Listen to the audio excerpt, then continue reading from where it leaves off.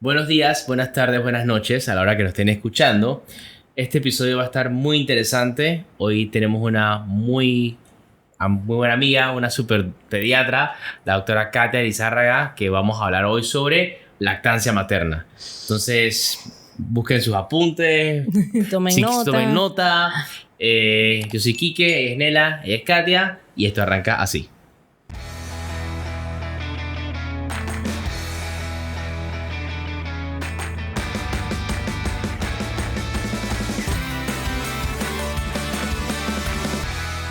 Este programa es presentado por The Little Gym, Serious Fun y una producción de Es Podcast. Bueno, Katia, bienvenida. Gracias por aceptar esta invitación. Correcto. Gracias. Para todos los que nos siguen, ya saben, @sobreviviendo a mis hijos podcast y denle la campanita para suscribirse en este canal de YouTube. Este episodio lo pueden compartir, lo pueden ver 1000 veces si quieren. Compártalo con amor. Compártalo con amor para alguien que lo necesite o que ustedes consideren. Así que bueno, esto es una invitada de lujo. Así que Katia, comencemos con este tema que yo creo que es importantísimo. Sí. Ok, hablemos de lactancia. ¿Qué va a pasar esos primeros días? Digo, no es para generar expectativas. Sale el bebé, pum, todo bien. Antes. ¿Qué pasa? Embarazada. Estás embarazada. Ok, vamos a hablar de lactancia, ¿no? Sí. En realidad la lactancia viene desde la adolescencia. Porque desde ahí empieza a crecer el tejido mamario. Entonces, en el interrogatorio, por ejemplo, de la consulta, yo siempre les pregunto, porque de ahí tú puedes ver si puede haber riesgo de algún problema, ¿ok? Por ejemplo, hay muchísima gente que muy joven se pone prótesis mamarias que realmente no contraindica el tema de la lactancia. Sin embargo, la causa es importante. ¿Por qué se puso las prótesis, no? Entonces, la lactancia viene desde más atrás, no simplemente desde que está embarazada o nace el bebé. Ahí es cuando es muy evidente. Exacto. Pero la historia de la mujer viene desde ahí. Wow. Pero ¿por qué el porqué de las prótesis es importante? Porque hay enfermedades que pueden hacer que las mamas no se desarrollen o tengan poco tejido mamario y ahí sí pudiera haber un problema de producción de leche. Generalmente sabemos, o sea, en la literatura, que del 1 al 5% de las mujeres, depende de dónde lo leas, que varía muchísimo, no van a ser productoras de leche reales. O sea, del 1 al 5%. Te estoy hablando de que en Panamá la tasa de lactancia materna exclusiva es del 28%. Wow. ¿Ok? Entonces sí tenemos como mucho alrededor que nos está interfiriendo en la lactancia de la mamá, pero para fines médicos o fines de todos, la lactancia no viene solamente desde el embarazo y desde el parto, sino que viene desde mucho más atrás y por eso hay que interrogarlo. Otra de las causas que, por ejemplo, se interrogan mucho con lo de las prótesis mamarias es: me quitaron tejido mamario, o sea, me hicieron una reducción mamaria, ¿no? Ahí quitan tejido mamario. Claro. Entonces, eso también lo tenemos que saber porque no siempre, de hecho es raro que se sepa cuánto te quitaron, pues no sabes, ¿no? No lo sabes. Claro. Entonces puede ser que te hayan quitado un montón o puede ser que te quitaron un poquito, etcétera, pero eso no hay manera de saberlo. Simplemente cuando la glándula se ponga a trabajar, ahí es donde vamos a ir viendo cómo va la producción según el momento en el que esté la mamá, ¿no? Cuando hablas de ese 20 y pico % en Panamá de lactancia materna exclusiva, ¿a qué nos referimos? Es decir, a los 6 meses. Es aquella mamá que da exclusivamente lactancia materna durante esos primeros 6 meses. Exacto. Ok, y eso se ve obviamente variado por un montón de, se ve afectado por un montón de variables, ¿no? Sí, claro. Ese entre el 1 y el 5% que hablaste son madres que no producen leche. Que no producen leche por una razón orgánica, es decir, por algún problema hormonal, por algún problema anatómico o por algún problema de alguna enfermedad que les repercute en esa parte de la producción de leche. Quiere decir 0,0. ¿Tú nunca viste que en la Geographic sale de que esta leona abandonó sus cachorros? Sí. Eso. Exacto. Ok. Eso. Y ese no producir... puede ir de 0 a menos del 100. ¿Ok? A no poder ser lactancia materna exclusiva. Ok. O sea, es un rango totalmente amplio. Bien grande. Okay. Por eso es que uno tiene que tomarlo en cuenta, pero también tienes que ir viendo día con día ese tejido cómo se va estimulando. Y ahí ahora sí empezamos. Ahora sí empezamos los primeros días. Empezamos en el embarazo con la preparación de la glándula y después empezamos en el posparto, ¿no? Una vez que sale la placenta, ahí se quita todo el estímulo. Yo les digo a las mamás, la pluma de la garita, para la prolactina, que es la hormona que produce la leche, sale la placenta, se levanta y ahora sí, en cadena viene para arriba, para arriba, para arriba, para empezar a estimular la glándula a cada vez producir más, evidentemente ante el estímulo del bebé. Esa era la siguiente pregunta. Esos estímulos, digamos, hay algo que cerebralmente o químicamente esta prolactina se activa, pero si no lo estimulas porque la leona abandonó al cachorro o por lo que sea, o porque estás negada, hay gente que no lo habla, pero hay gente que no quiere amamantar. Esa producción se reduce, ¿verdad? Sí. La glándula necesita evidentemente estímulos y los estímulos vienen de muchas fuentes. Viene desde la succión propia del bebé en el pezón hasta el olor del bebé, visualmente escucharlo y sentirlo. Todo esto son sistemas de comunicación porque sabemos que desde el embarazo el cerebro de la mamá se modifica para poder estar apta y alerta a la comunicación del bebé, ¿no? Claro. Entonces la mamá está a flor de piel con todos los estímulos que hay y por eso se promueve tanto que no los separen, ¿no? Claro. Porque la separación conlleva pérdida de estos estímulos y pérdida de procesos fisiológicos normales que ponen en riesgo a la mamá y al bebé. Entonces, bueno, no es que los queramos a fuerza juntos, pero la naturaleza, pues así es. Pero bueno, eso nos pasa hasta en la neonatología. Queremos queremos que la mamá cargue el prematuro lo antes posible. Claro. Entonces, apenas que el niño esté un poquito estable, que la mamá lo cargue, se lo pegue. De repente el niño tiene 30 semanas y no puede mamar, pero nada más sentirlo cargado hace que la mamá como que también se relaje y empiece la producción de leche de la mamá. Y también otra de las cosas importantísimas, pues es el apego, ¿no? Correcto. O sea, el desarrollo del apego y del vínculo entre la mamá y el bebé, si no se juntan, no se da de la misma manera. Correcto. Al final del día no depende solo de eso, pero sí es importante que sea desde muy temprano en la vida.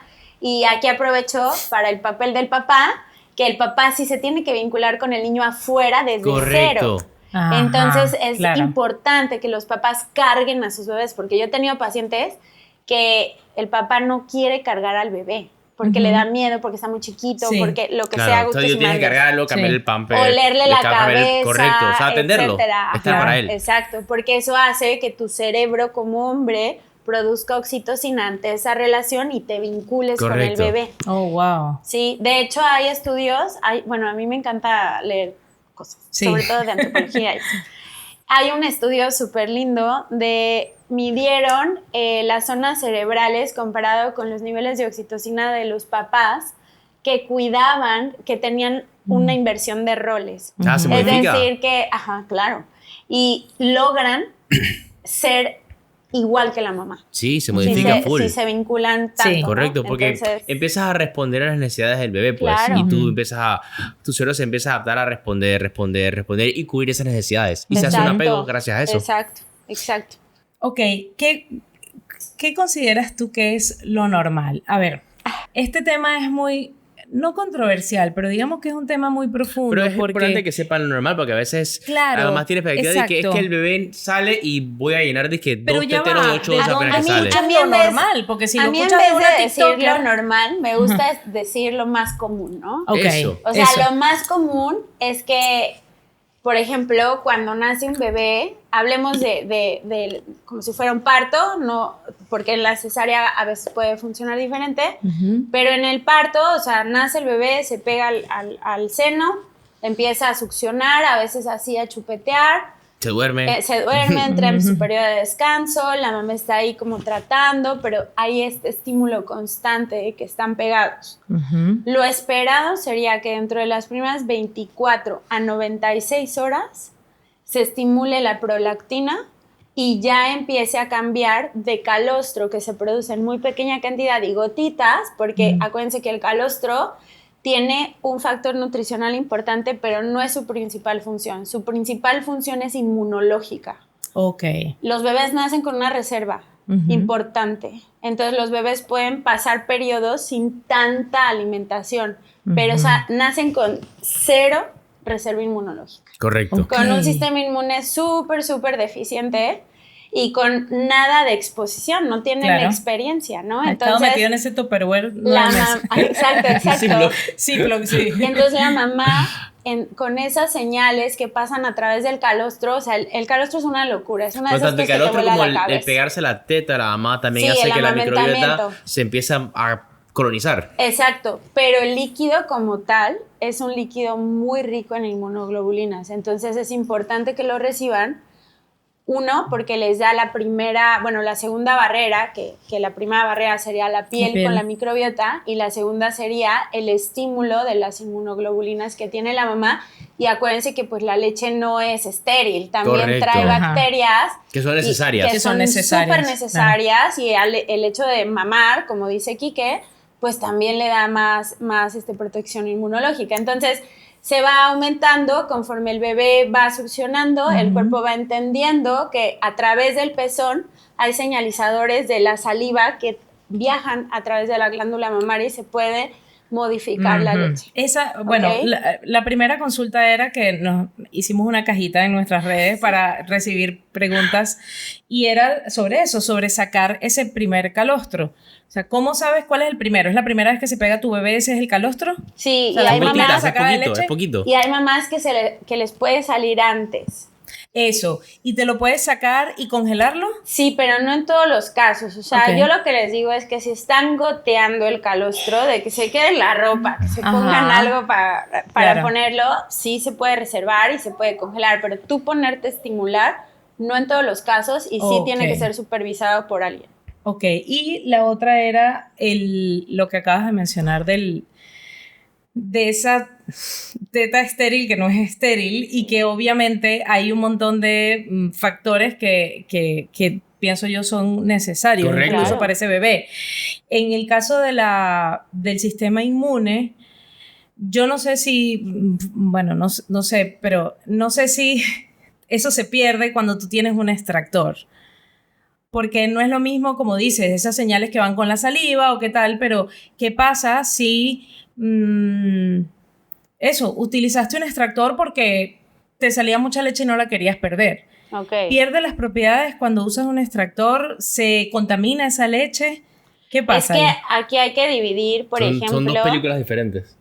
Okay. Sí, o sea, hay que dividir un poco el acto de amamantar, que es lo natural, es decir, lo que pide el cuerpo y pide el bebé.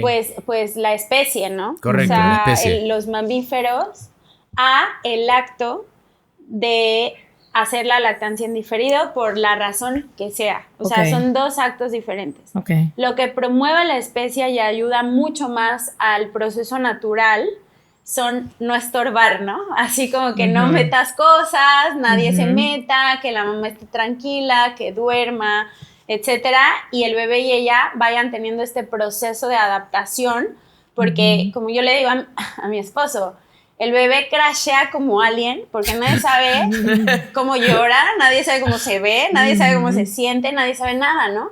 Y de repente llega y resulta que al niño no le gusta comer del lado izquierdo o en la posición cruzada. Resulta que al niño le gusta de balón. Pero la mamá tiene que pasar por todo eso de hacerlo 20 veces hasta decir que le funciona. Que le funciona, ¿no? Claro. Okay. Entonces, ese proceso de adaptación solamente se da en el amamantamiento. Y ahí es donde muchas personas claudican. 100%. Y cada caso es diferente. Sí. Lo que le funciona a tu prima no le va a funcionar a la mamá y a tu hermana. Todo es diferente, cada es individual. O sea, que es ensayo y error. Sí. Tienes que practicar y practicar y practicar. Tienes que fallar y también, para y otra cosa importante es entender que la lactancia no es solamente la mamá y el bebé, ¿no? Yo escuché una definición que a mí me gustó mucho, que es un sistema de engranajes. Sí. Viene tu historia engranando con tu momento actual, engranando con tu sociedad actual, con tu cultura actual, con tu entorno dinámica actual, familiar, con todo, tu dinámica, con ese día del mal humor del doctor, o sea, con todo el mundo, ¿no? Entonces, si este sistema de engranajes no se da adecuadamente, realmente es que la lactancia no se lleva óptima hasta donde pudiéramos llegar con ese mamá y ese bebé. Por eso es que a mí me gusta decir que siempre, o sea, la lactancia repercute en todos, porque de una u otra manera todos tienen que ver con esa mamá y ese bebé. Sí. Y también, o sea, yo le digo mucho a mi esposo, así como que cuando nace un bebé, o sea, el respeto así en su máxima expresión al último modelo de la evolución. O sea, tienes el Ferrari que acaba de salir de fábrica en tus manos. O sea, de ti depende ese respeto a todo lo que vino atrás para formarlo con todos los mecanismos que trae, si le estorbas o lo dejas progresar. Entonces, y eso creo que tiene mucho que ver con el sistema de engranajes, que muchas veces culturalmente, socialmente, inclusive la misma mamá, en todos estos cambios emocionales, que ve el Instagram, que escucha las historias, siento que hay ¿no? demasiada información que causa desinformación y angustia a la mamá. Y hay demasiada libertad sin conocimiento de gente que escuchan y que dicen, y como a ella le fue así, y tiene que ser así, y si no es así, ya como que esto no va a funcionar, y ya como que ya paniquean, y esto no funciona, y tiran la toalla de una vez, pues. Y no, más allá de contar sus historias, que es válido, lo declaran como lo normal o el deber ser. Y es ahí donde las expectativas de la mamá, que lo hablábamos antes de empezar a grabar, tu cerebro cambia apenas sales embarazada. O sea, ni siquiera tienes que haber parido. Apenas sales embarazada, ya tu cerebro cambia. Y esa sensibilidad ante todo lo que te rodea es mucho mayor. Estás más insegura, estás más nerviosa, estás cansada y el porque no has dormido. lo sabe. Ojo, y el también algoritmo lo sabe. si eres primeriza, el momento que tienes que hacer que su hijo, dije, what the fuck? Esto. Claro, Ahora qué hago con él, ¿cómo hago para que no se muera? Exacto. ¿Cómo lo mantengo vivo? ¿Cómo lo mantengo vivo? Sí, total. Y hay tanta desinformación que tienes que amamantarlo cada 15 minutos porque si no se le baja el azúcar, que la comida, que si no le das el calostro, va a venir el sereno y se la va a pegar y se va a morir. O sea, está en tanta desinformación. Yo creo que, no sé, el otro día estaba viendo fui a una consulta de lactancia y estaba la bisabuela, la abuela y la hija, ¿no? Y la bisabuela decía mucho como que, bueno, se adaptarán, ¿no? O sea, no en esas palabras, pero como en esa actitud de, pues es lo normal, o sea, va a pasar el páramo, pero al final se va a adaptar. Pero es lo que dijimos antes, tiene que fallar. Exacto. Tienes que fallar, tienes que pasar al comienzo, respirar profundo y decir, esta vaina lo voy a hacer. Exacto. Pero tiene que ir el temple, la mamá también, y el papá. Pero también hay que ver que si buscas la información correcta, también vas a tener herramientas que ya verás cómo haces, no era quizás el mejor escenario. Claro, pero a lo que iba es que las generaciones actuales, la mamá, por ejemplo, la abuelita del bebé, era más como de, a mí no me salió ni una gota, ¿no? Claro. Baby boom, ¿no? Ajá. Y la mamá era como de, lo tengo que hacer perfecto. Yo leí, hice el curso, tengo hice que no sé tener un qué. banco de leche, 3 neveras llenas. Entonces, yo siento que ahorita, Pobrecitas. sabemos varias cosas, ¿no? Todo es un negocio. Sí, también. Y lo otro es que la mamá actual, o sea, las que están, la mayor parte de las generaciones que estamos viendo que son mamás, tienen un estándar de exigencia con ellas mismas altísimo. Y es una locura porque no hay maternidad sostenible en ese estándar. Claro, mira, es interesante. Critican a la que decide quedarse en casa y ser full mamá. Critican a la que decide ser intensivista. Critican a la que decide hacer mixto. Critican a todas, o sea, como que nadie lo hace bien. Entonces, siento que la carga que tienen las mamás es tan difícil y tienes como que hacer las paces con tu familia y con tu padre, decir, esto es lo que yo quiero hacer y si hay un punto común, man, disfruta lo que estás haciendo. No, pero eso también termina siendo una carga. Pero relájate, porque si no te relajas, entonces no lo vas a lograr. Y cuidado, porque entonces eso también, o sea, también no tomarse... Tienes que relajarte. Sí, exacto, así es. Es una carga durísima también para las madres. Y luego te lleva, es que es inevitable el tema de la comparación. Y por más que tú le digas a una mamá, hey, no todos los hijos son iguales, no todos los niños son iguales, todas las mamás son iguales, no todos los procesos de amamantar son iguales, lo que te funciona a ti no le funciona. Por más que tú lo aclares, siempre la persona va a tener, como tú dices, esta nueva generación sobre todo, unos estándares muy altos. Porque también, perdón, para terminar la idea, porque también es lo que yo le demuestro a los demás que logré. Claro, estamos ahora tan claro, estamos tan expuestos en todos lados que es como que, oye, para ver las historias de Nel, a ver si amamantó o no amamantó, porque el bebé lloró. O sea, no, y ahí también corremos un gran riesgo. Primero, que el amamantar no, o sea, claramente no es un logro personal. Cuando yo he tenido pacientes que lo hacen como un logro personal, no estamos ante la forma más pura del amor, sino que estoy viendo desde el ego. Ajá. Desde el ego. Que yo exacto, sí pude. que yo sí pude, que yo sí, que no. Ok, y eso no, o sea, para allá no va. Lo otro es la crianza en solitario, ¿no? O sea, no tenemos comunidad, no tenemos sistemas de soporte, por eso yo soy muy feliz de que exista todavía la Liga de la Leche con sus grupos de apoyo, porque las mamás sí necesitan, y los papás ir ahí y entender que no son los únicos en el mundo que están pasándola así, ¿no? Es difícil. Exacto, pero correcto. El mundo es tan deprisa que yo siempre también le digo a mi esposo que leí una frase hace tiempo que decía que duro ser niño en un mundo de adultos, ¿no? Sí. Donde el tiempo y las mediciones, todo se mide, todo es tiempo y el niño dice, ¿cómo? Si no han pasado ni 5 minutos y ya pasaron 2 horas, ¿no? Para ti. Claro, para él no. Claro. Se mide diferente. Entonces las velocidades de los papás, cuando son papás, tiene que cambiar. Pero eso es lo que dijimos, con lo que siempre digo, Sí. de la incapacidad de la gente hoy en día de poder postergar la gratificación. Todo tiene que ser inmediato. Todo tiene que tener un resultado de una vez. Y el parir y dar lactancia es la cosa más primitiva que tiene el ser humano. Es algo primitivo. Donde somos realmente animales. Claro. Produce demasiado estrés y ansiedad en un mundo moderno. Total. Sí. Porque no se puede medir. Porque no puede, o sea, y además no lo conoces. Correcto. O sea, no sabes quién es, Tú puedes acaba de tomar llegar. 75 cursos de lactancia y leer 3 libros, y en el momento que se pega el primero dije, coño, ¿qué está pasando? ¿Qué es esta vaina? ¿Qué es esto? Sí. O hay mamás que ven al bebé, o sea, se describe mucho la unión de las miradas, ¿no? Como una secreción de oxitocina impresionante que te deja enganchada.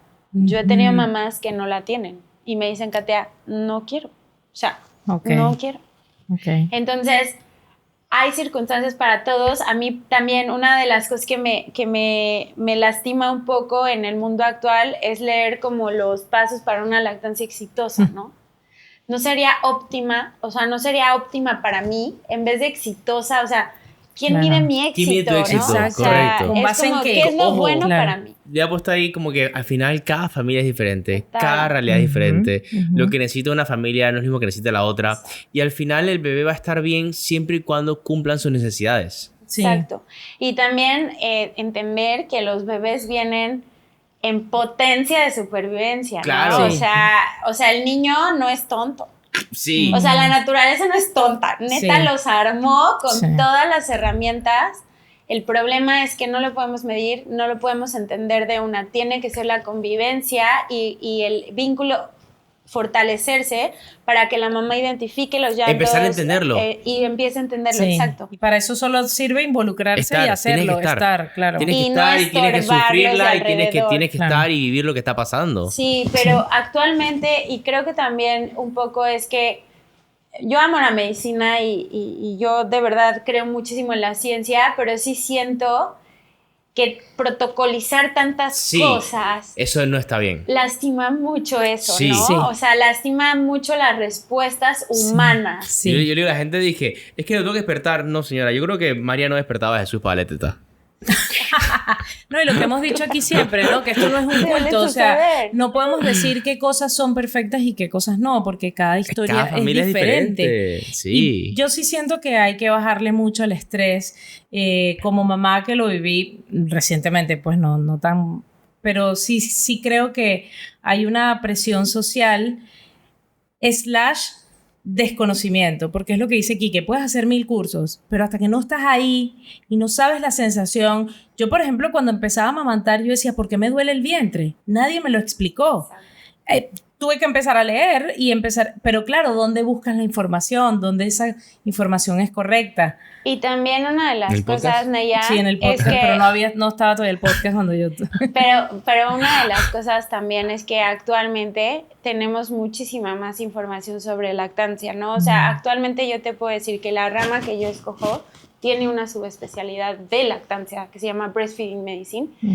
Y en esa especialidad también pasan cosas, por ejemplo, ¿por qué me siento agresiva cuando estoy amamantando? Eso tiene un nombre y tiene una razón. ¿Por qué tengo náuseas cuando estoy amamantando? Eso tiene un nombre y tiene una razón. Entonces, creo que ahora la difusión de la información también debe de ser como de, si sientes que algo no va bien, puedes consultar y ver buscar ayuda, ¿no? Y no clavártelo de que... Acaba de salir una estadística que yo me moría de risa. Yo no sé si conocen a un doctor que se llama Dr. Mao, que es sí, claro, Dr. Mao informa. Sacó una, no sé, en verdad no presté mucha atención a la fuente, pero como que 5 de cada 10 mexicanos leían 3 videos de YouTube antes de ir al doctor. Claro. O sea, consultan antes de ir al doctor. ¿Cómo curar mi hombro? Exacto. Doctor, es que lo leí en TikTok. Exacto, y ahora ChatGPT, ¿no? Y ChatGPT. Pero a lo que voy es que el punto es que si algo no va bien, si dudas, pide ayuda. Eso sí es fácil, sí, ¿no? Eso. Y creo que también eso es importante difundirlo, que existe gente que te puede ayudar con eso, ¿no? Y esa era una de las preguntas que hacían en las redes. ¿Cuándo tienes que pedir ayuda? O sea, la persona decía, ¿cuándo debo contratar a una coach de lactancia? Bueno, me voy a echar un poco para atrás con lo de los cursos. Recuerden también que los cursos están hechos para la población general, ¿no? Claro. No están hechos para cada personalizados. Crianza, sueño, alimentación, lactancia, eso es individualizado. Claro. Y muchos traen, o sea, yo me metí a estudiar sueño. Y hasta hoy no encuentro algunas bibliografías que me presentan. O sea, ¿de dónde sacaron esas tablas? ¿De dónde sacaron la media de sueño de los niños? Claro. ¿No? Porque no concuerda con el artículo del American Academy. Entonces, no me cuadra, ¿no? Wow. Son cosas que la desesperación uno quiere resolver, pero no me funciona, estoy mal, ¿no? No es que estés mal. Es que la consulta o lo que sea va adaptado a lo que el médico, a lo del ambiente con tu familia. Claro. ¿Okay? ¿Cuándo pedir ayuda? Mira, yo creo que el periodo de adaptación más o menos de una familia realmente a la lactancia es de 3 meses. La curva de aprendizaje puede variar, ¿no? Hay mamás que se tardan más, hay mamás que se tardan menos, pero en general el primer mes es muy importante y es donde más dificultades hay. Claro. Después viene como una luna de miel. Y luego otra vez hay otros retos, ¿no? Entonces, yo diría que una mamá que se siente insegura de su producción o si lo está haciendo bien o mal, es bueno que pida ayuda. En cualquier momento. Claro, porque eso le van a decir muy bien, lo estás haciendo perfecto, no pasa nada, no tienes nada, y esa mamá va a descansar. Claro. A mí me pasa con los pacientes, doctor, ¿cuándo lo llamo? Bueno, mira, si te digo cuándo me tienes que llamar es de que tu hijo pase más de 5 días con fiebre. Claro. O que tu hijo que tú lo levantes y te mueva y no se mueva. Eso son como que las recomendaciones para ir a buscar a emergencia. Pero si a ti te preocupa que tu hijo estornudó y tú me tienes que llamar para estar tranquilo, me puedes llamar. Exacto. Posiblemente que, mira, si no es nada. Ah, ok, pues gracias. Pero eso, cuando tú era sientas todo lo que necesitabas escuchar. Claro. Si tú sientes que el bebé nació y esto como que está complicado y la lactancia... Estás abrumada y estás buscando ayuda, busquemos ayuda. Claro. Otro problema es una de las cosas es si hay separación, ¿no? Cuando hay separación, como les decía, se rompen muchos mecanismos que pueden afectar mucho a la mamá y el bebé en su recuperación o lo que sea, y pueden hacer que tarde más o se estimule menos para detonar la producción de leche. Entonces, una mamá que la separan, que tiene un bebé prematuro o alguna de estas cosas, pues es importante que se haga un plan para que el bebé reciba lo que necesita en el momento que lo necesita. Claro. Otra mamá que necesita ayuda, pues son los pezones agrietados, ¿no? Aparte de que es muy doloroso. Sangre. Sí. Ajá, es muy doloroso. Y todo el bebé llenito de sangre también, o sea. Y los bebés, dato cultural, pueden tomar sangre, no les pasa nada. Lo más que pueden es que vomitan sangre tranquilos, no pasa nada. Oh, wow. Pero a la mamá y al papá les impresiona mucho. Claro. Y es algo que es con técnica probablemente. Exacto. O también puede ser de la boquita, ¿no? Pero esos casos son como de ayuda. Otra mamá que necesita ayuda es la mamá que tiene mastitis de repetición. Sí. Es decir, que constantemente tiene esa inflamación de los senos. Y aclaro aquí, cuando viene la bajada de la leche, no en todos los casos, pero en muchos casos puede haber mucha inflamación de los senos. Y es una mastitis, pero es inflamatoria, ¿no? Es el cuerpo se inflama para producir más leche y dura unos 2 o 3 días y nada más hay que drenar. Pero la mamá que ya pasó ese periodo y no baja la inflamación o bajó y luego otra vez, esa mamá necesita ayuda porque necesitamos ver qué está pasando porque no se drena adecuadamente la leche. Yo pienso que la gran pregunta... Hay un montón, ¿no? Sí, hay más preguntas, pero hay más condiciones. Pero yo siento que una gran pregunta que creo que le he escuchado a todas mis amigas es si estoy amamantando, ¿cómo sé si le estoy dando lo suficiente? Porque además tenemos como una competencia interna que se llama la competencia de las onzas. O sea, tú tienes que saber... Yo me sacaba con el extractor porque no se me pegaban, sobre todo la niña, y yo nada más producía 1 onza. Yo decía, Dios mío, no puede ser, siempre lo cuento aquí, me ponía a ver stand-up comedy para distraerme y relajarme y que saliera más, y era como, si aquí estoy sacando 1 onza, ¿qué tan poquito puede estar comiendo mi bebé que evidentemente no produzco lo que tengo que producir? O es que no sé, ¿cuánto se tiene que producir? Es que son dudas que... Bueno, yo a las mamás siempre les digo algo, el extractor no es el reflejo de tu producción, porque la forma de sacar del extractor, el extractor es una bomba de succión. Sí. La bomba de succión del bebé viene acompañado con un masaje. O sea, el movimiento de la succión del bebé en el amamantamiento es muy complejo, porque son muchos movimientos a la vez. Sí, es una cosa así, es una locura. Rocket science. Sí, o sea, lo han hecho por ultrasonido, han medido presiones, o sea, y el bebé tiene una presión de succión, mueve la lengua, sube el paladar. O sea, de verdad es algo bien complicado. Y el extractor solamente te hace... Hay mamás que le da perfecto pegándose al bebé y es difícil ordeñarse. Claro. Y yo creo que le explico a la gente cuando el ganadero va a comprar vacas, él tiene que decidir si sus vacas son para lechería ordeño, o para carne. Él no puede agarrar las vacas de carne para producir un montón de leche. Sus vacas que usa para carne pueden tener terneros y le van a dar leche a sus terneros, pero esas vacas no funcionan para la lechería. O sea que con las mamás es lo mismo. Hay mamás que les funciona belleza pegarse, pero el ordeñador no es su mejor amigo. En mi experiencia, los extractores dependen de un montón de factores, ¿no? O sea, depende también la bomba, la copa, pero también depende de la forma de tus Nunca lo había pensado, mira.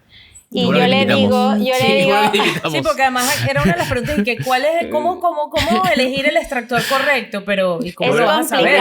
Es complicado. Sí, siempre es complicado porque mucho de la elección del extractor pues viene para qué lo quieres, ¿no? O de lo que te dicen las mamás en el grupo. Ajá. Sí, pero ya realmente, o sea, elegir un extractor no es solo la recomendación, ¿no? Es para qué lo quieres. ¿Quieres que suene o no quieres que suene? ¿Quieres que se den cuenta? ¿No quieres que se den cuenta? Y lo más importante, ¿cuánta lana tienes para invertir? Porque es una inversión, ¿no? Sí, entonces, las preguntas van por ahí. Sin embargo, también hay una cosa que nadie... No sé si hablen de esto, pero yo me he dado cuenta que no todos los senos tienen, evidentemente, la misma forma. Y los extractores, por ejemplo, los americanos vienen para el seno redondo americano, ¿no? Y entonces a veces, por ejemplo, yo he tenido pacientes de otros lugares que no se puede adaptar esa copa. O sea, es bien variable también para la anatomía. O personas que tienen senos muy grandes con pezones muy grandes o así, también varía. Entonces, el comprar un extractor no te asegura que vayas a poder extraer adecuadamente la leche. O que sea el mejor para ti. Que es el mejor para ti. Entonces, yo siempre les digo a las mamás, es importante tu extractor, sí, pero también que aprendas la técnica manual de extracción. Por si sientes que no vacías bien, complementes con tu técnica manual. Y si se acaba el mundo y cae un meteorito y se va la luz, pues tú ya sabes cómo sacarte la leche. Es correcto. ¿No? Sí, no hay una dependencia. O sea, no hay, ahí, claro. Exacto. Y cuando pasa el día de juicio, como en Terminator. Exacto. O se va el agua, güey. No la puedo lavar, ¿no? Exacto. O sea, ese tipo de cosas. Claro. Y bueno, me decías que es bueno dar a amamantar o... Amamantar tiene muchísimos beneficios en términos de vaciamiento del seno, pero también de la boca y la cara del niño. Claro. Sí. El crecimiento de los huesos de la nariz y de la cara se modifican totalmente. Y aquí, pero ya aparece Tania. Que sí, lo certifico. Cambia un montón. Y también lo que decías, la microbiota, toda esa información que trae la mamá en la piel, incluyendo su perfume, que por favor, si amamantan, no se pongan perfume. El splash de cuerpo. También viene para ahí. Para que mi bebé huela bien, me huela bien. Para que el pupú salga con rosas, ¿no? O sea, sí. Entonces, al final del día, o sea, toda esa información, el bebé la deglute. Y eso también es información para el sistema inmune. Que nos trae muchísimos beneficios de colonización, de prototipos de microbiota no inflamatoria que previenen enfermedades, etcétera, ¿no? O sea, es bueno, pero sobre todo la anatomía. Claro. Y lo otro es la estimulación sensorial. Cada vez que el bebé cambia de seno o cambia de posición, mueve diferentes partes de su cuerpo y empieza a tener mucha estimulación sensorial, llámese propiocepción, vestibular, tacto, vista, oído, todo, ¿no? Total. Entonces, yo siempre le digo, no es lo mismo ver a la mamá en posición de balón hacia arriba que verla de lado, ¿no? O sea, no es igual, ¿no? Sí, sí. Entonces, bueno, eso es la ventaja del amamantamiento. Y bueno, la mamá que no quiere o la mamá que no puede, es válido extraerse la leche. Y para eso existen los extractores. Sin embargo, se pierde un poco el tema de la función de la boca, que es también una de las cosas que queremos, ¿no? Sí. Entre las preguntas que hicieron en las redes también había el tema del banco de leche. Yo respiro profundo porque de verdad me da pesar ver a muchas mamás que se angustian por la cantidad de leche que tienen guardada o no. Y yo siento que esto está demasiado, ¿cómo se le puede decir? Sí, está sobrevalorado. Sobrevalorado, eso. O un estándar muy alto, como que si no lo haces eres mala mamá. Exacto. O si no puedes alcanzar esa meta eres mala mamá. Exacto. Bueno, hablemos el algoritmo nos escucha, ¿no? Yo le digo a la gente, y como que estos son malos papás si consumen drogas alucinógenas cuando cuidan a sus hijos, pues. O sea, eso te hace un mal papá. Bueno, ahorita, ¿qué te puedo yo decir? Necesitamos donadoras para los bancos de leche, ¿no? Claro. Entonces, está bien que tengan.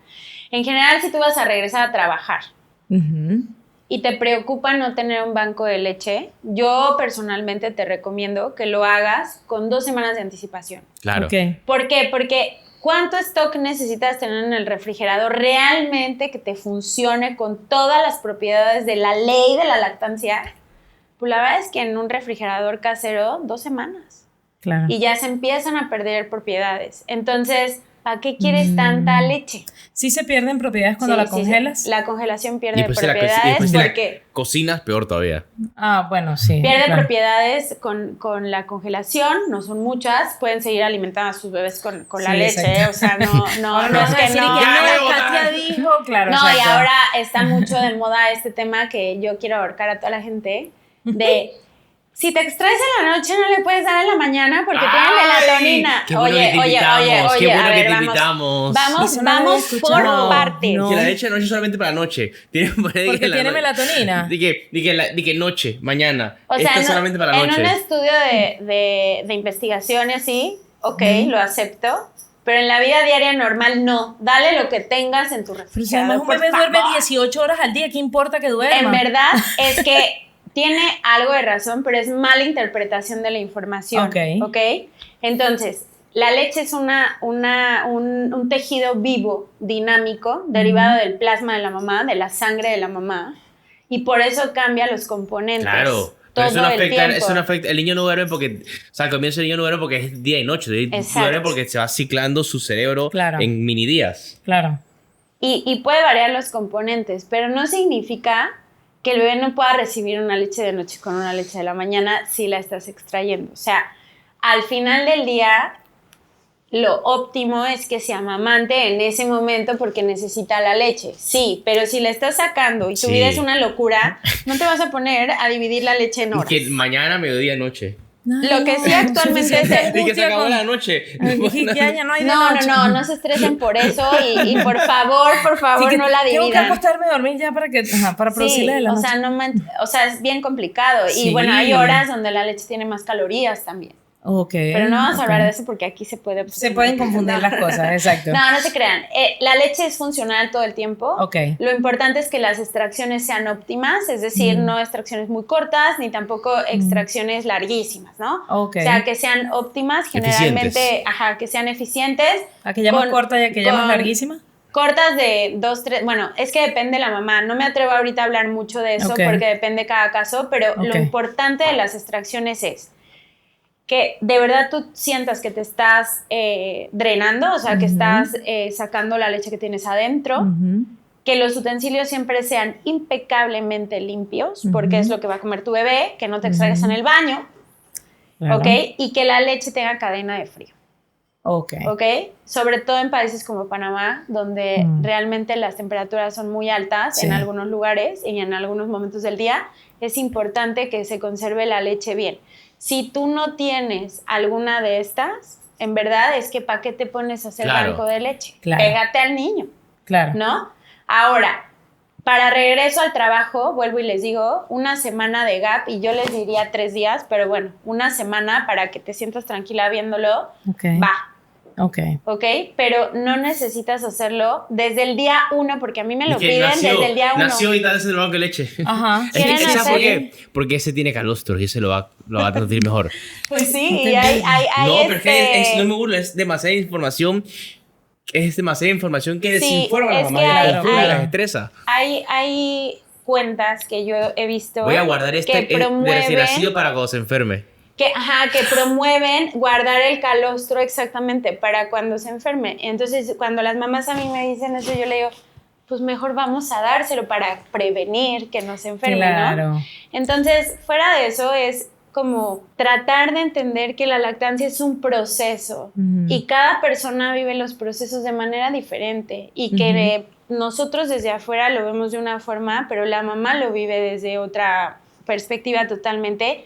Y que la forma en que está criada la mamá, con toda su historia y sus circunstancias, son una de las partes más importantes del proceso de adaptación. Y que está bien si no quieres. Y que está bien si lo quieres intentar. Exacto. Pero lo que no está bien es que nosotros, los de afuera, estorbemos en el proceso de la mamá o de primera le digamos, ya no se pudo. Sí, ¿no? También, y ahí yo pienso que, y en este podcast hablamos sin tabú, el tema de la pareja es un tema importante. Hay parejas que sí apoyan, pero hay parejas que presionan a las mamás como, tú no le vas a dar teta, pero es que entonces el niño se va a enfermar, no va a crecer igual. Y hay una presión adicional que, créanme, ninguna mamá necesita presión adicional, suficiente tiene con la interna. Y yo siento que la dinámica de tantas personas opinando también, que era lo que hablábamos al principio, ¿no? Abuelitas, abuelitos, las prácticas que también opinan. Y claro, hay mamás que creen fielmente en lo que esa persona o esas personas dicen porque no sabe, tiene información cero. Siempre creo que es bueno informarse. A mí me hubiese gustado tener un poquito más de información que la que tuve en el momento, pero también hay que saber cuál es la fuente de la cual te informas. Totalmente. Otra pregunta que teníamos era, ahorita que hablaste del tema de las enfermedades, ¿qué pasa si una mamá se enferma y está dando pecho? Bueno, en realidad, justamente ayer di esa clase. Hay tres indicaciones absolutas donde no se puede dar lactancia materna y ninguna incluye resfriado. Entonces, si la mamá se resfría o alguna cosa así, lo que le pedimos es nada más que se lave bien las manos y use mascarilla si tiene mucha tos, pero que siga amamantando al bebé, por lo que les decía. El proceso de la producción de leche es dinámico y es una señalización constante entre el bebé y la mamá que le ayuda a producir anticuerpos o cosas que el bebé puede necesitar para no enfermarse. Ahora, si la mamá no sé, le da influenza y se pone muy mal, se va a terapia intensiva, les ruego a todos los que están en terapia intensiva que le saquen la leche, ¿no? Okay. Porque es importantísimo. Muchas veces en los hospitales no se pueden tiene seguir. Fiebre. Sí, Ay, le da es que medicamento yo he para tenido fiebre, dos pero- pacientes así. Wow, tiene todo sentido. Entonces, Todo se olvida. Todo el mundo se Claro. le olvida, entonces se separan a las mamás con los bebés y hacen unas mastitis espantosas. Wow. Entonces, es importantísimo no olvidarse de sacar la leche, de preferencia con una técnica bastante limpia para que se pueda guardar la leche. Claro. Pero bueno, si ya no se puede, pero por lo menos para aliviar a esa mamá, ¿no? Y sería la única circunstancia donde la mamá no pudiera amamantar directamente porque no está presente con el bebé, ¿no? Y Bueno, y muchas veces también- no los pueden internar juntos por seguridad Claro. del bebé, ¿no? También, bueno, que si bebes alcohol, consumes drogas, todas estas cosas, evidentemente, por favor, no lo hagan. Sí. Hay unas tiritas que te marcan si eso es fiable, ¿no? Sí, sí es súper fiable. Nada más que yo, por ejemplo, siempre les recomiendo a las mamás, hay gente que no, pero yo sí, que la tira salga blanca. O sea que Estas tiras pinta- marcan la cantidad de alcohol que tiene esa sí, leche. y Ok. va en tonos, depende, hay moradas, hay verdes, hay azules, y va en tonos según la cantidad, pero hay veces que le sale como blanco con azulito, y yo le digo, no. Claro, porque no. depende de la capacidad de cada hígado de cada mamá de metabolizar alcohol. Sí, total, y Claro. Mi aparte... hígado es que es una cosa triste y la de mi esposa funciona súper bien. Total, Claro. y además, exacto, pero cosa ¿por qué triste. será? Todos somos diferentes. Claro. Ajá. Pero, o sea, bebé, cero alcohol, ¿no? O sea, Claro. cero. Entonces, bueno, por eso, y bueno, aprovecho para decirles a todas las mamás, hay una página súper buena de medicamentos y de cosas que pueden consultar, que Sí, se llama mamás y doctores. Ajá, mamás, doctores, todo. Sí. Que se llama e-lactancia.org. Tú metes tu medicamento y ahí te sale a forma de semáforo y en español, porque hay otras que están en inglés. Y ahí te puede dar una muy buena referencia de lo que puedes hacer, y a los doctores también darnos alternativas de algunos medicamentos o cosas Claro. que son mejores para la lactancia, ¿no? Ok. Preguntas rápidas con respuestas rápidas. Porque ya lo hemos hablado en otros episodios, pero no quiero dejar de mencionarlo aquí. ¿Hasta qué edad es recomendable amamantar a un niño? ¿Qué respuesta quieres, Neya? ¿La de la OMS o antropológica? Bueno, te voy a dar las dos. Uy, Ambas. La de la OMS Ujú. actualmente se recomienda 2 años o más. Exclusiva, es decir, solamente lactancia materna, 6 meses de vida, porque el beneficio intestinal y en enfermedades y supervivencia es muy grande. Es diferente, correcto. Ok. A partir de los 6 meses acompañado con alimentación complementaria hasta los 2 años o más, o hasta que la mamá y el bebé lo decidan. Ok. ¿Ok? Porque hay bebés que se destetan solos. Y hay Sí. mamás que quieren destetar Hay niños también. que les encanta la comida. Sí, que no... Sí, yo tenía uno que otro de esos. Ajá. Y que la mamá está histérica, ¿Qué ¿no? quiere? Que yo ¿Qué quiero, quiere? no quiere, no quiere, claro. Mamá 2 veces se duerme. Bueno, el man quiere comida, el man quiere comida. Exacto. Y yo, bueno, pues sácate la leche y dásela en envase. Es que sí se la toma. Y yo, bueno, ahora Esa va era a otra tomar así. pregunta. ¿Qué pasa cuando, y lo preguntaron allí, mi hijo prefiere el biberón que la teta? Generalmente, pues no va a pasar nada, ¿no? O sea, al final del día pues, se va a tomar la leche.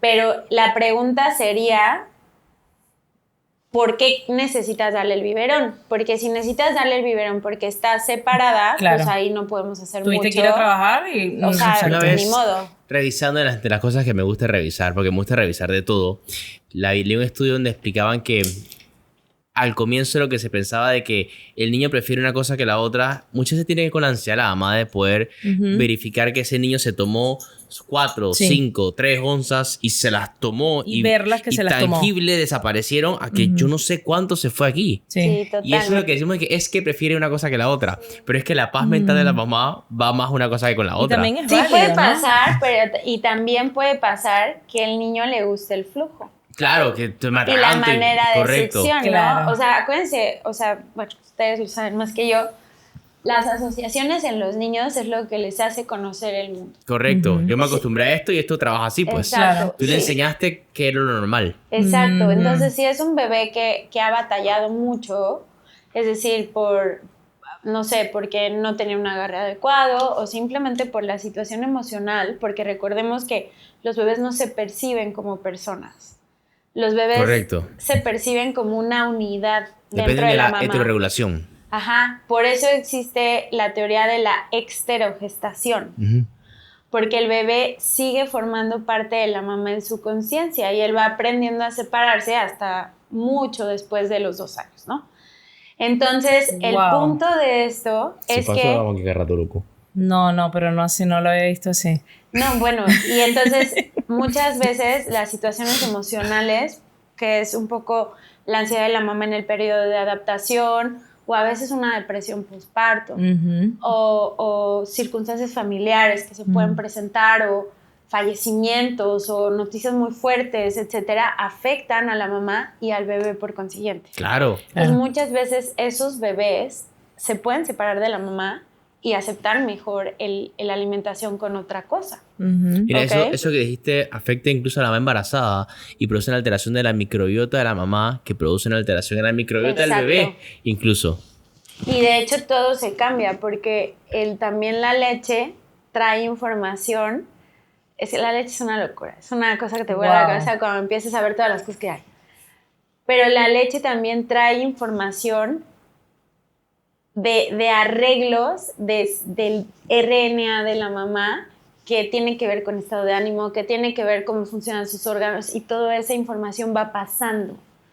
Por eso hay religiones que, por ejemplo, no permiten la donación de leche que sus hijos consuman, como los musulmanes, porque son hermanos de leche, porque tienen fragmentos de material genético dentro de la leche. Entonces, ellos no permiten que sean hermanos de leche, ¿no?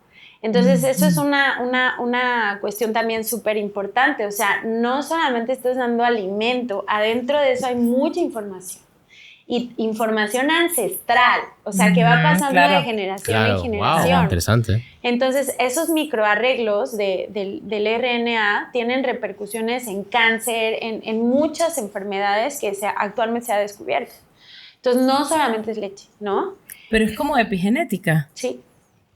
Okay. Es genética con epigenética, porque la genética ya la traes, pero cómo interfiere eso en ti depende de cómo esté tu mamá, si te separaron o no, si naciste en hospital, si naciste en la tierra, o sea, tiene un montón que ver. Entonces, todas esas cosas son de las que yo les hablo, del sistema de engranajes. La lactancia no es solamente dar la leche así, es que hay alrededor de esa mamá y ese bebé para potenciar su máximo desarrollo. Yo aquí también creo que hemos hablado casi como 45 minutos, pero quiero antes de irnos de verdad también dejar un mensaje, y esto sí casi que es personal. Porque las mamás que no pueden amamantar se dan látigo toda su vida. Y yo soy una, y ya hasta lloré aquí toda una vez y todo, porque yo decía, wow, no pude, eran 2, no sé qué, justificando también un montón de cosas, ¿no? Pero ahora escuchándote a ti también, que lo hemos hablado aquí muchas veces, mamá feliz, niños felices. Si para ti el tema de la lactancia se ha convertido en un suplicio y estás pasándola mal y lloras todo el día y estás casi que al borde de la desesperación porque no produces o porque no se pega a tu hijo o porque es prematuro y no tiene agarre, lo que sea, también es un poco darle una palmadita a esa mamá y decirle, todo va a estar bien. Sí, esto tiene todos estos beneficios que tenemos 45 minutos hablando, pero si tú no lo puedes hacer, no quiere decir que tu hijo no va a ser sano o se va a enfermar todos los días o... Pero ahí yo corregiría un poco en ella porque justamente es a lo que yo vengo aquí. A decirles que pidan ayuda. Claro. Exacto. O sea, la contención de la mamá la tenemos que dar todos. Sí. Y la ayuda, las mamás nos mentimos horrible. Cuando tú estás en el posparto, güey, eres una persona que nunca en tu vida has visto. Jamás. Con un bebé, o sea, no sabes quién eres, no entiendes qué está pasando, la comida no te sabe igual. Sí, o sea, todo cambia. Entonces, esa mamá, su cerebro le está mintiendo. Su cerebro le está diciendo, lo estás haciendo mal, no se llena, mira qué gorda estás, mira qué horrible panza te quedó. O sea, tu cerebro, tu percepción está alterada. Okay. Entonces, si yo estoy aquí, de verdad es para decirle a las mamás, puedes pedir ayuda. Claro. Puedes pedir ayuda y es súper, o sea, te vas a ahorrar semanas de sufrimiento. Uh-huh. ¿Ok? Y la ayuda la puedes pedir desde el día que pares en el hospital. Ojalá todo el mundo sepa de lactancia y todos estemos muy preparados para el 2030. Pero al final del día se puede y hay lugares.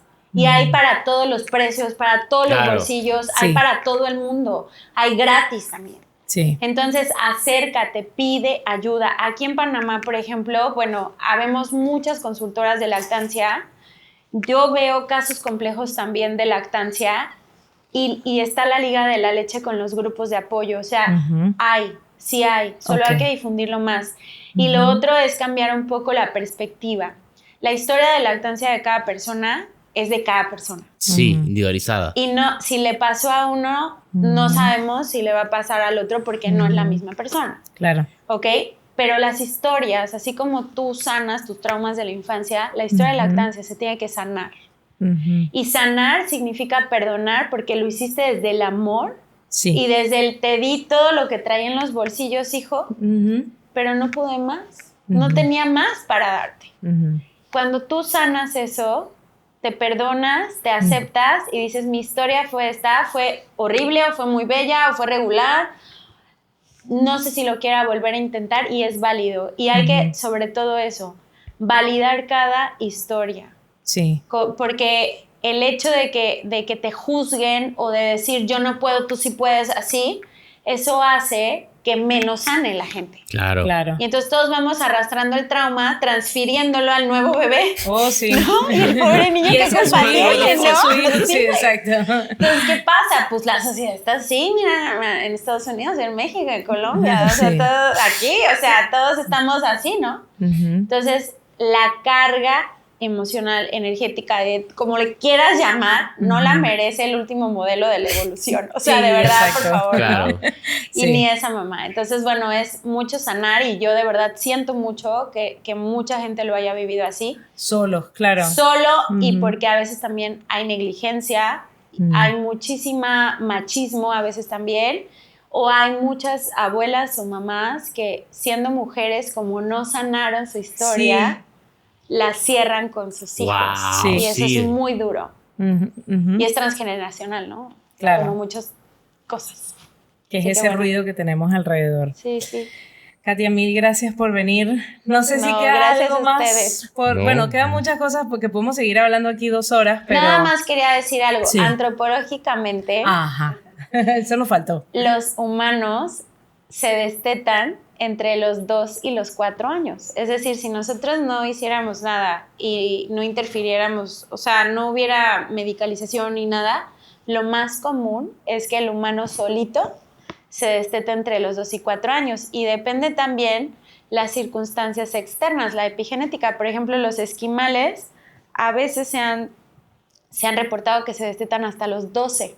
Wow. Pero porque viven en situaciones donde el invierno es muy largo y no hay mucha comida.